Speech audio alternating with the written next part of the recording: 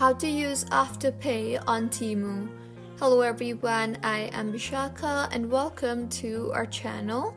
Now let's get right into the tutorial. Firstly, go ahead and open Temu app. Make sure you were signed in. Now, in order to move forward with the Afterpay process, you need to make a purchase. So go ahead and scroll through and add a few products on your cart.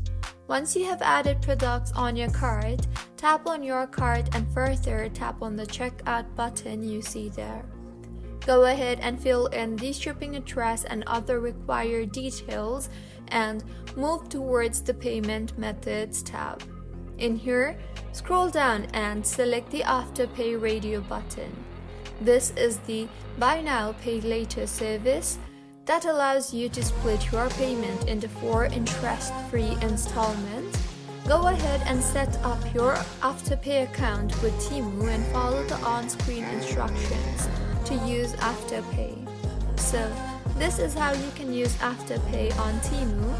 If you find this tutorial helpful, please like the video and do subscribe to our channel for more contents like this. Thank you for staying with us until the end.